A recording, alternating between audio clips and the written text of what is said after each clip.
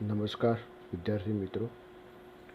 Last time આપણે અપૂર્ણ પ્રભુતા અને પ્રભાવિતાનું સંકલ્પનાનું સ્પષ્ટીકરણ જોઈ ચૂક્યા હતા. એની અંદર રૂપાંતરિત કારક ઉત્પાદન માટે જવાબદાર હોઈ શકે, પણ કઈ રીતે જવાબદાર હોઈ શકે એ અપૂર્ણ પ્રભુતા ઉપરથી આપણે પ્રભાવિતાની બાબતો ઘણી બધી જોઈ ચૂક્યા હતા, જે તમે થોડી ઘણી યાદ રાખજો.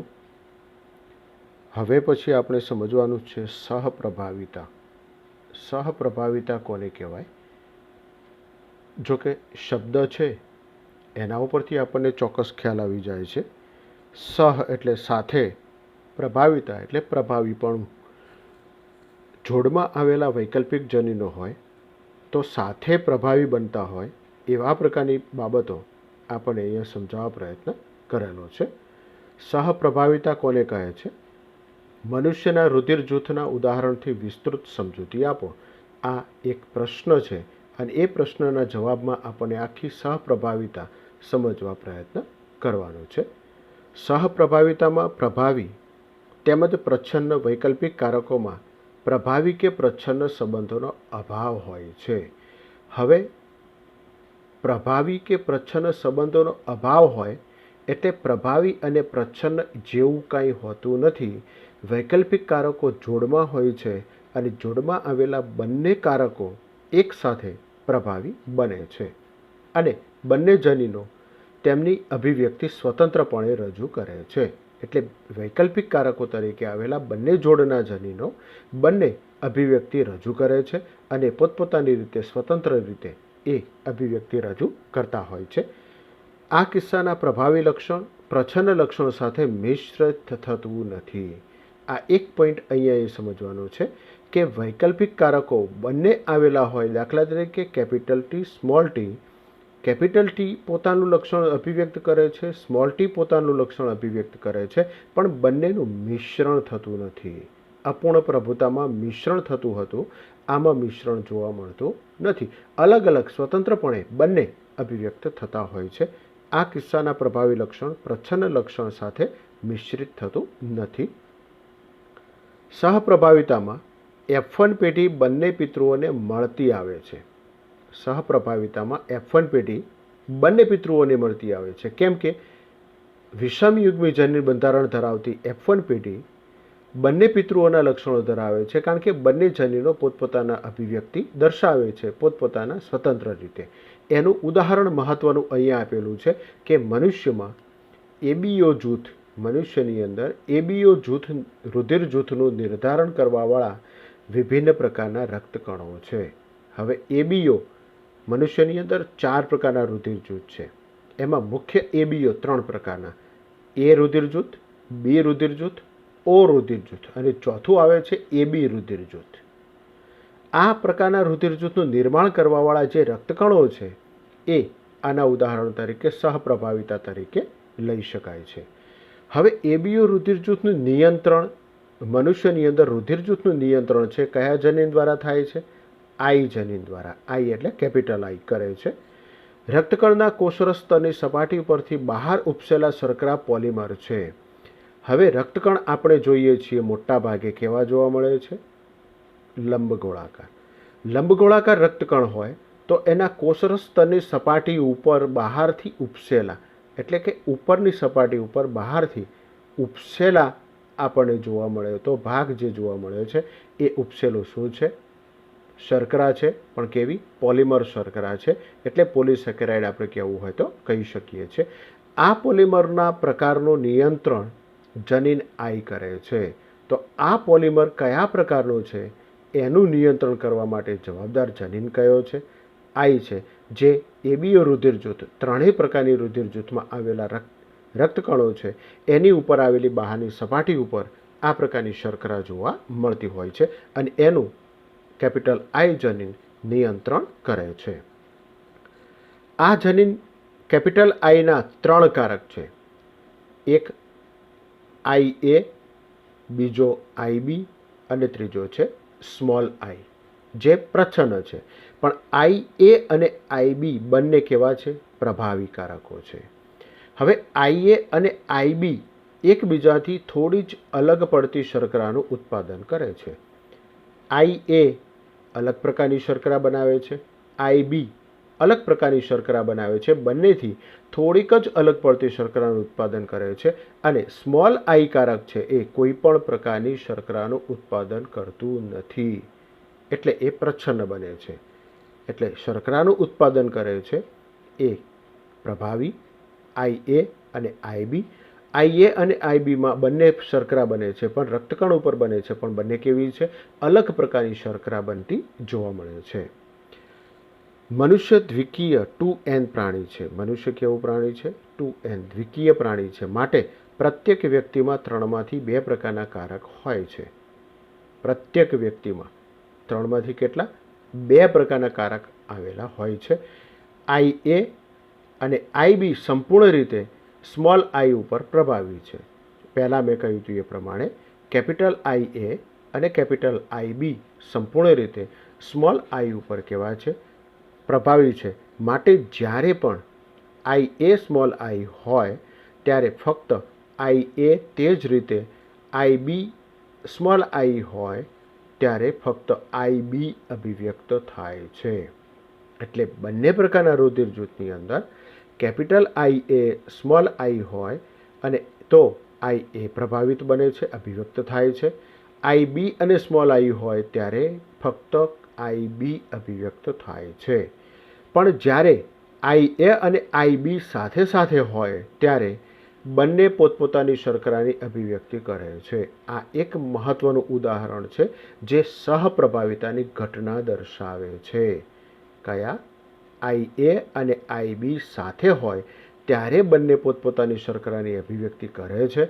આ ઘટના સહપ્રભાવિતા કહે છે.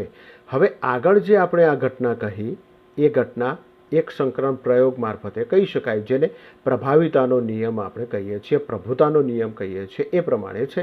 કારણ કે જોડ આવેલી છે કેપિટલ આઈ સ્મોલ આઈ, તો કેપિટલ આઈ એ પ્રભાવી છે, સ્મોલ આઈ પ્રચ્છન્ન છે. ફક્ત કેપિટલ આઈ એ જ પોતાની અભિવ્યક્તિ દર્શાવશે. પણ જો કોઈ વ્યક્તિમાં આઈએ અને આઈબી રક્તકણ ઉપર બંને સાથે આવેલા હોય તો પોતપોતાની શર્કરાની અભિવ્યક્તિ બંને કરે છે.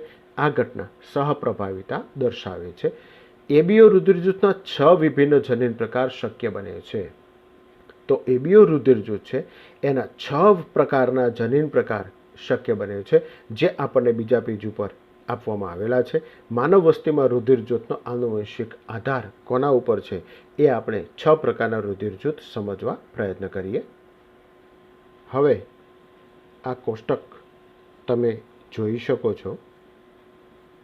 પિતૃ વનમાંથી આવેલા એલેલ પિતૃપેઢીમાં 2 સજીવ હોય અને બંનેમાં રહેલા બંને જન્યુ દ્વારા જે કારકો આવે છે, એલેલ આવે છે, એની અહીંયા વાત કરવામાં આવેલી છે.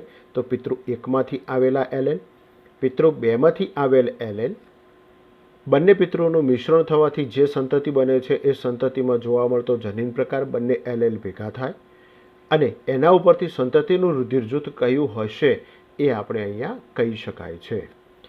તો પિતૃ 1માંથી આવેલું એલેલ આઈએ પ્રભાવી છે. પિતૃ 2માંથી પણ આવેલું એલેલ આઈએ છે. તો સંતતિની અંદર જે જનીન પ્રકાર બને છે એ કયો બને છે? આઈએ બને છે.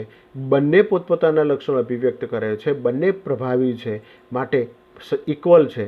એટલે એ રુધિરજૂથ કયું બને? એ બને છે. તો આને એ રુધિરજૂથની વ્યક્તિ તરીકે કહી શકીએ. હવે પિતૃ 1માંથી આઈએ રુધિર એલેલ આવે છે, પિતૃ બીજામાંથી આઈબી એલેલ આવે છે, તો બંનેનું મિશ્રણ થાય છે, આઈએ અને આઈબી બને છે. બંને એકસાથે પ્રભાવી બને તો રુધિરજૂથ કયું હોઈ શકે? બંને એ બી. કારણ કે આ પણ પ્રભાવી છે, આ પણ પ્રભાવી છે. જો આઈ એ પ્રભાવી હોત, આઈ બી પ્રચ્છન્ન હોત તો ફક્ત રુધિરજૂથ એ જ હોત, એ બી ન હોત. એટલે આ એક સહપ્રભાવિતા માટેનું ઉદાહરણ આપણે કહેવું હોય તો કહી શકીએ છીએ. હવે આઈએ અને સ્મોલ આઈ એક પિતૃમાંથી આઈએ, બીજા પિતૃમાંથી સ્મોલ આઈ. હવે સ્મોલ આઈ શું છે? પ્રચ્છન્ન છે. અને આ બંનેનું સંયોજન બને છે એટલે આઈ એ અને સ્મોલ આઈ બને છે. તો એનું પણ રુધિર જૂથ કયું બને છે? એ. કારણ કે આઈ એ પ્રભાવી છે માટે એ રુધિર જૂથ એ બની શકે છે. આઈ બી એક પિતૃમાંથી બીજા પિતૃમાંથી આઈ એ, તો આઈ એ આઈ બી બને છે, જે આગળ આપણે જોઈ ચૂક્યા છીએ એ પ્રમાણે. પણ પિતૃ અહીંયા બદલાયેલો છે, પણ સંતતિમાં તો બંને ઇક્વલ બને છે, બંને મિશ્ર થાય છે. તો બંનેના અભિવ્યક્ત જનીન બંધારણ બને ત્યારે એ બી રુધિર જૂથ બને છે. આ પણ સહપ્રભાવિતા માટેનું ઉદાહરણ કહી શકીએ છીએ. હવે બંને પિતૃમાંથી આઈબી રુધિર કારક આવતા હોય તો સંતતિની અંદર જનીન પ્રકાર કયો બને છે? આઈબી બને છે. એટલે રુધિર જૂથ કયું બને? બી બને છે, કારણ કે બંને ઇક્વલ છે. હવે આઈબી અને સ્મોલ આઈ રુધિર જૂથ જોવા મળે છે. સ્મોલ આઈ પ્રચ્છન્ન છે એટલે આઈબી સ્મોલ આઈ બને તો એનું રુધિર જૂથ બી બને છે.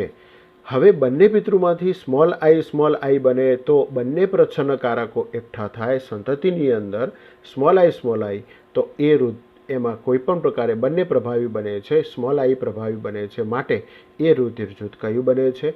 ઓ રુધિર જૂથ બને છે.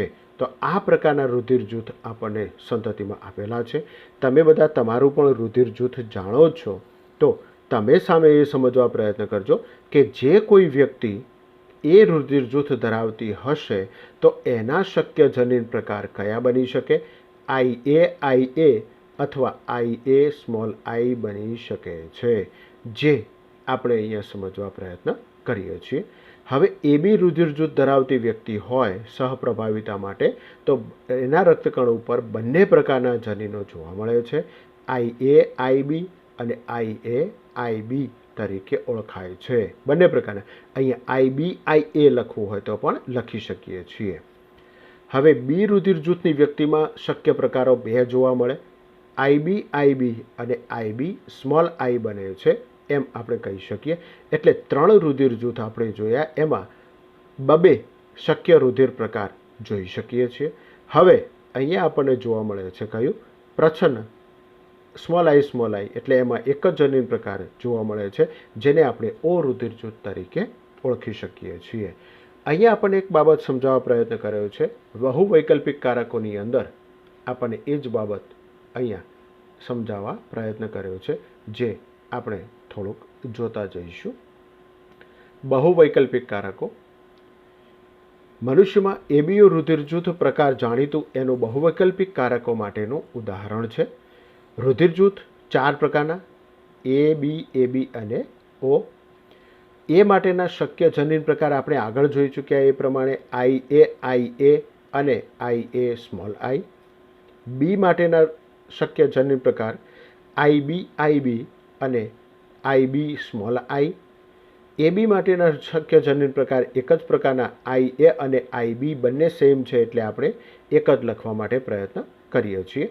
ઓ માટે પણ એક જ છે, સ્મોલ આઈ તરીકે ઓળખવામાં આવતું હોય છે. હવે એબીઓ રુધિર જૂથ ઉદાહરણ આપણને ચોક્કસ આપી દીધું છે. શેના માટે? બહુ વૈકલ્પિક કારકો તરીકે તેનું ઉદાહરણ અહીંયા આપવામાં આવેલું છે. તો એબીઓ રુધિર જૂથ બહુ વૈકલ્પિક કારકોનું શ્રેષ્ઠ ઉદાહરણ રજૂ કરે છે. અહીં 2 થી વધુ કારકો એટલે કે 3 કારકો એક જ લક્ષણનું નિયંત્રણ કરે છે. 2 થી વધારે કારકોને આપણે બહુ વૈકલ્પિક કારકો તરીકે ઓળખી શકાય. એટલે કે 3 કારકો એકઠા થાય તો એક જ લક્ષણનું નિયંત્રણ કરતા જોવા મળે છે.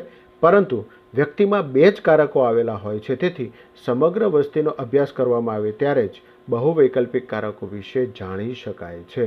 હવે બહુ વૈકલ્પિક કારકો એટલે એબીઓ 3 કારકો એક સાથે મળે ત્યારે રુધિર જૂથ નક્કી થતું જોવા મળે છે. એટલે આપણે એ બાબત સમજવા માટે બહુ વૈકલ્પિક કારક તરીકે લઈ શકીએ છીએ. પ્રસંગોપાત એક જનીન એક કરતાં વધુ અસરો સર્જે છે.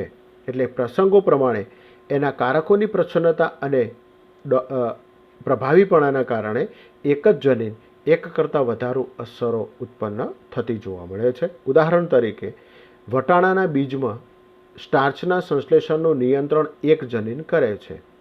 વટાણાના બીજની અંદર સ્ટાર્ચનું સંશ્લેષણ છે કોણ કરે છે? એક જનીન કરે. તેના બે કારકો છે, કેપિટલ બી અને સ્મોલ બી હોય છે. સામાન્ય રીતે સ્ટાર્ચનું સંશ્લેષણ સમયુગ્મી કેપિટલ બી દ્વારા થાય છે અને મોટા કદના સ્ટાર્ચ કણો ઉત્પન્ન થાય છે. વટાણાની અંદર સ્ટાર્ચનું ઉત્પન્ન કરવા માટેના જનીનો કેટલા છે? બે કારકો છે. એક જ જનીન કરે છે, પણ કેટલા એના વૈકલ્પિક કારકો? કેપિટલ બી અને સ્મોલ બી છે. પણ મોટા કણો ઉત્પન્ન કરવા માટે બંને સમયુગ્મી હોવા જરૂરી છે. એટલે સમયુગ્મી કેપિટલ બી દ્વારા સ્ટાર્ચનું પ્રમાણ વધુ પ્રમાણમાં અને મોટા કદના સ્ટાર્ચ કણો ઉત્પન્ન થતા હોય છે.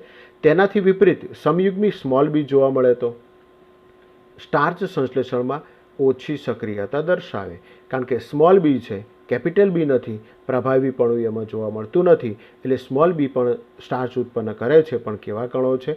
સૌથી નાના કદના જોવા મળે છે અને બિલકુલ સક્રિયતા ઓછી દર્શાવે છે અને નાના કદના સ્ટાર્ચ કણોનું ઉત્પાદન કરે છે. પરિપક્વતા બાદ કેપિટલ બી બીજ ગોળ હોય છે અને સ્મોલ બી બીજ ખરબચડા હોય છે, કારણ કે ઓછી સક્રિયતાના કારણે બીજ કમ્પ્લીટલી ગોળ બનતા નથી. કેપિટલ બી હોવાના પરિણામે વધુ સક્રિયતા છે, માટે એ બીજ કેવા બને છે? ગોળ બનતા હોય છે. તો એ બાબત આપણે અહીંયા જોઈ શકીએ છીએ. હવે આગળ સમયુગ્મી માટે આપણે જોઈ લીધું. હવે વિષમયુગ્મી જોવા મળે. વટાણાના છોડમાં વિષમયુગ્મી કેપિટલ બી સ્મોલ બી પણ ગોળ બીજ ઉત્પન્ન કરે છે. આ પણ કેવું? ગોળ. તેથી કેપિટલ બી કારક પ્રભાવી હોય તેવું લાગે છે, કારણ કે બંને મિશ્ર બને. કેપિટલ બી ગોળ બીજ કરે, સ્મોલ બી ખરબચડા કરે, પણ કેપિટલ બી હોય તો ગોળ બીજ ઉત્પન્ન થાય છે. એટલે શું થાય? કેપિટલ બી પ્રભાવી હોય છે, પરંતુ કેપિટલ બી સ્મોલ બી બીજમાં મધ્યમ કદના સ્ટાર્ચ કણ આવેલા હોય છે. સ્ટાર્ચ કણ કેવા જોવા મળે છે? મધ્યમ કદના. હવે આપણને સમજાય છે કે સ્મોલ બી હોય તો મોટા કદના સ્ટાર્ચ કણો, સ્મોલ બી જોવા મળતા હોય તો નાના કદના સ્ટાર્ચ કણો, અને કેપિટલ બી સ્મોલ બી હોય તો બંનેથી વચ્ચેના મધ્યમ કદના સ્ટાર્ચ કણ આવેલા જોવા મળે છે.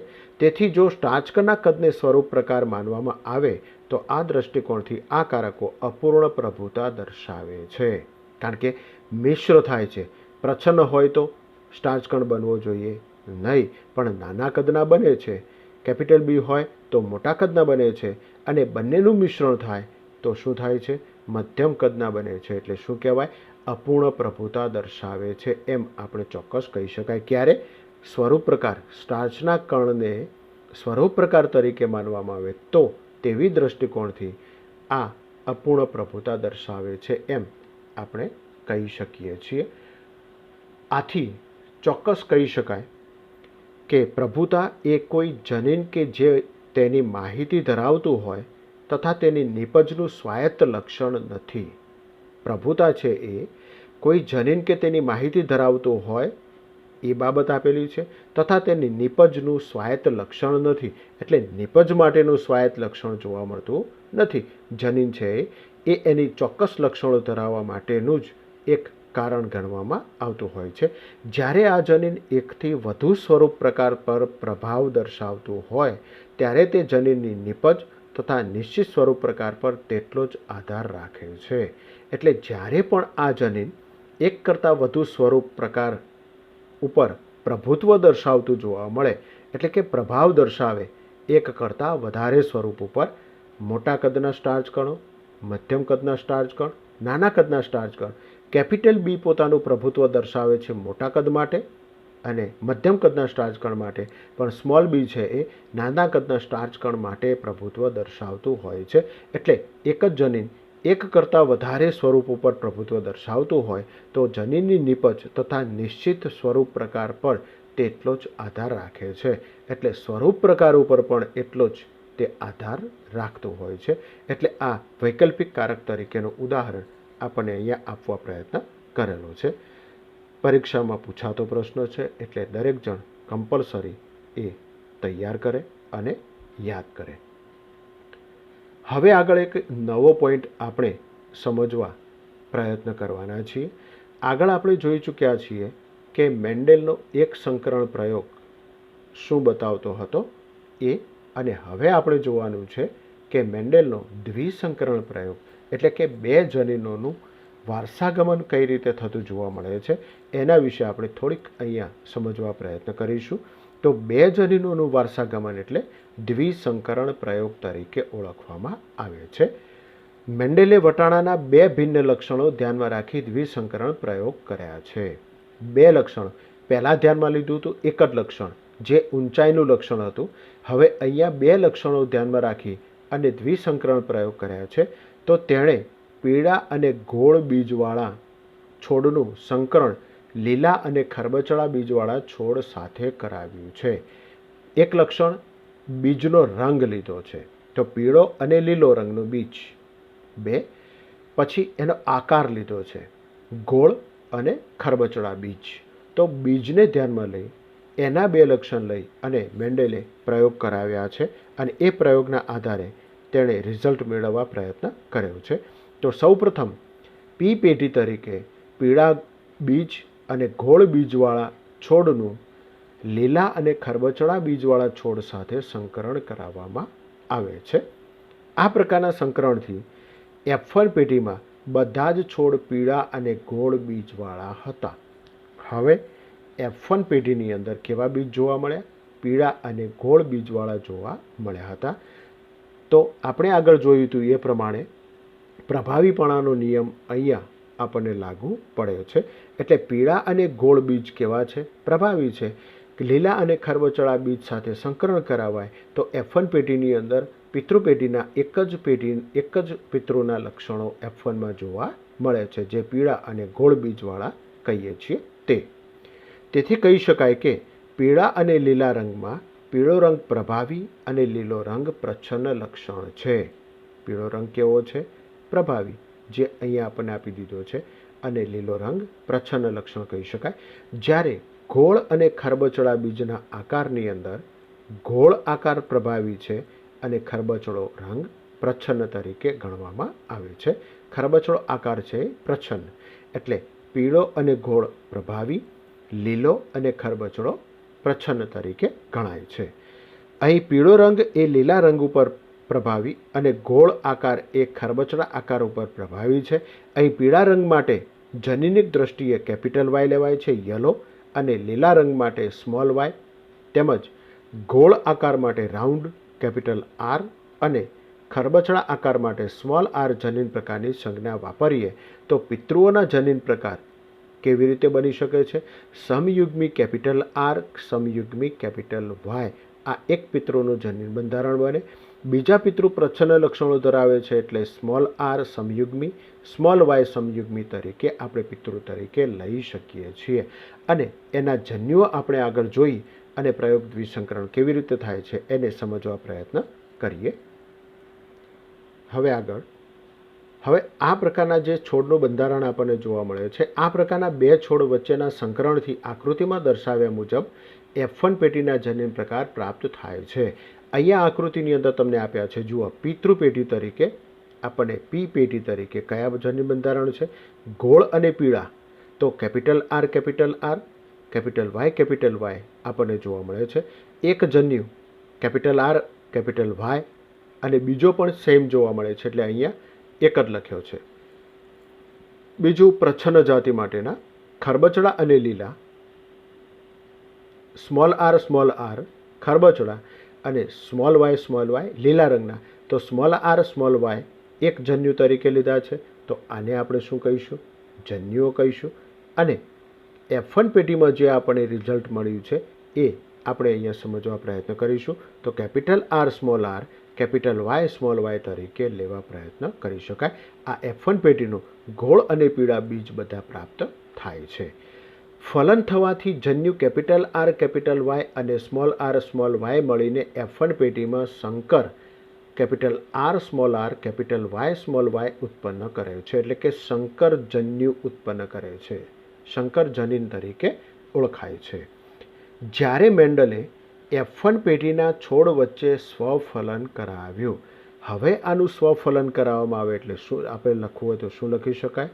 Capital R, capital Y, small y આપણે લખી શકીએ છીએ, કારણ કે આ બંને વચ્ચે ફલન કરાવવામાં આવતું હોય છે. પહેલું આપણે આને માદા તરીકે લેવામાં આવે તો આને નર તરીકે લેવામાં આવતું હોય છે. તો આપણે એને સમજવા પ્રયત્ન કરીશું. જ્યારે મેન્ડેલે F1 પેઢીના છોડ વચ્ચે સ્વફલન કરાવ્યું ત્યારે F2 પેઢીમાં 3/4 બીજ પીળા રંગના અને 1/4 બીજ લીલા રંગના હતા. એટલે કે પીળો અને લીલો રંગ 3:1 પ્રમાણમાં વિશ્લેષણ પામે છે. પીળો અને લીલો રંગ છે કેવી રીતે? 3:1 પ્રમાણમાં. આ જ પ્રકારે ગોળ અને ખરબચડા બીજનો આકાર પણ 3:1 પ્રમાણમાં વિશ્લેષણ પામે છે, જે એક સંકરણના પ્રયોગ જેવું જ પરિણામ દર્શાવે છે. તો સ્વરૂપ પ્રકાર આપણને મળે છે 3:1 પ્રમાણમાં જ વિશ્લેષણ પામતા જોવા મળે છે. તો એ આખો પ્રયોગ આપણને અહીંયા આપી દીધો છે. સ્વફલન માટેનો પ્રયોગ આપ્યો છે, એને આપણે અહીંયા હવે સમજવા પ્રયત્ન કરીશું. આ પ્રયોગ તમારે પરીક્ષાની અંદર ફરજિયાતપણે ડ્રો કરવાનો છે અને તૈયાર પણ કરવાનો છે, જે યાદ રાખજો. હવે F1 પેઢીની અંદર આપણે બંને પેઢી લીધી, સ્વફલન કરાવ્યું. તો પહેલાં માદા સંકરણ ધરાવતા એના જન્યુ 4 પ્રકારના હોઈ શકે. તો સમયુગ્મી કેપિટલ RY, વિષમયુગ્મી સ્મોલ r કેપિટલ Y, વિષમયુગ્મી કેપિટલ R સ્મોલ y અને વિષમયુગ્મી r સ્મોલ y તરીકે ગણી શકીએ છીએ. પહેલું પણ વિષમયુગ્મી છે, એટલે બંને પણ કેપિટલ અને સ્મોલ એ પ્રભાવી અને પ્રચ્છન્ન તરીકે અહીંયા લેવા પ્રયત્ન કરી શકીએ છીએ. એવી જ રીતે અહીંયા પણ એ જ 4 પ્રકાર જોવા મળે છે. હવે પહેલી વખત પહેલો જન્યુ અહીંયા પહેલા જન્યુ સાથે ફલન કરે છે, તો બંને કેપિટલ R કેપિટલ Y ઉત્પન્ન થાય છે. તો આ બીજ કેવા ઉત્પન્ન થશે? કેપિટલ R એટલે ગોળ અને પીળા. તો અહીંયા આપણે લખવાનું શું થાય? ગોળ પીળા. ગોપી આપણે લખી શકીએ છીએ, ગોળ અને પીળા લખી શકાય. હવે તમે આમાં જોઈ શકશો કે જ્યાં કેપિટલ R આવશે ત્યાં ગોળ આવશે અને કેપિટલ Y આવશે ત્યાં પીળા આવશે. તો એ જ પ્રમાણે આ એક જ જન્યુ 4 પ્રકારે ફલન કરે તો કેવી રીતે? તો અહીંયા capital R small r capital Y, તો અહીંયા પણ ગોળ પીળા, અહીંયા પણ ગોળ પીળા, કારણ કે capital R Y small y, અહીંયા પણ ગોળ પીળા, capital R capital Y small y છે, એટલે કેપિટલ R અને કેપિટલ Y કેવા બને છે? પ્રભાવી બને છે. એવી રીતે બીજું સ્મોલ r કેપિટલ Y, તો કેપિટલ R સ્મોલ r સમયુગ્મી કેપિટલ Y, આ બીજ કેવા બને? ગોળ અને પીળા. અહીંયા બંધારણ થોડુંક અલગ પડે છે. સ્મોલ r આપ્યા છે અને કેપિટલ Y છે, તો સ્મોલ r એટલે કેવા? ખરબચડા અને પીળા બીજ ઉત્પન્ન થાય છે. તો અહીંયા આપણે લખી શકીએ ખરબચડા અને પીળા બીજ ઉત્પન્ન થાય છે. ખપી આપણે લઈ શકીએ. અહીંયા પણ ગોળ પીળા, અહીંયા થોડુંક બંધારણ બદલાય છે. એ જ ખરબચડા અને પીળા બીજ ઉત્પન્ન થઈ શકે. Small r capital Y small y તરીકે ઓળખી શકીએ. ત્રીજો જન્યુ કેપિટલ R સ્મોલ y છે, તો આમાં પણ ગોળ પીળા, અહીંયા પણ ગોળ પીળા, આમાં પણ ગોળ પીળા ઉત્પન્ન થાય છે. Capital R capital Y small y આપ્યું છે, પણ અહીંયા થોડુંક બંધારણ અલગ પડે છે. કેપિટલ Y ખોટું લખ્યું છે, કેપિટલ Y આવશે નહીં, સ્મોલ y છે. બંને અહીંયા આપણે સુધારો કરી દેવાનો, બંને સ્મોલ y તરીકે જોવા મળે છે. તો કેપિટલ R સ્મોલ y છે, તો કેવા બનશે? કેપિટલ R એટલે ગોળ અને સ્મોલ y એટલે લીલા તરીકે આપણે લઈ શકીએ. અહીંયા ગોળ અને લીલા લેવામાં આવે છે, તો આ પ્રકારનું બંધારણ આમાં પણ જોવા મળે છે. હવે સ્મોલ ry અને બંને ચારે સાથે જ ફલન કરે ત્યારે capital R small r capital Y small y, ગોળ પીળા. અહીંયા બદલાય છે સ્મોલ r સ્મોલ r છે, તો ખરબચડા અને પીળા, કારણ કે કેપિટલ Y છે એ પ્રભાવી છે. પછી અહીંયા કેપિટલ R પ્રભાવી બનશે, સ્મોલ y પ્રભાવી નથી, એટલે કેપિટલ R કયું બને? ગોળ અને અહીંયા લીલા, તો લી સ્મોલ વાય લીલા તરીકે, અને બંને પ્રશ્ન બને છે એક પિતૃ જેવા એટલે ખરબચડા અને લીલા તરીકે લઈ શકીએ છીએ. તો આ પ્રમાણે દરેકે અંદર આપણે લખી દઈશું તો આપણને ચોક્કસ માહિતી મળી શકશે. તો સ્વરૂપ પ્રકાર આપણને શું પ્રાપ્ત થાય છે? તો ગોળ અને પીળા બીજ કેટલા બને છે? 9 બીજ બને છે. ગોળ અને લીલા કેટલા બને છે? 3 બને છે. ખરબચડા અને પીળા બને છે કેટલા? 3 બને છે.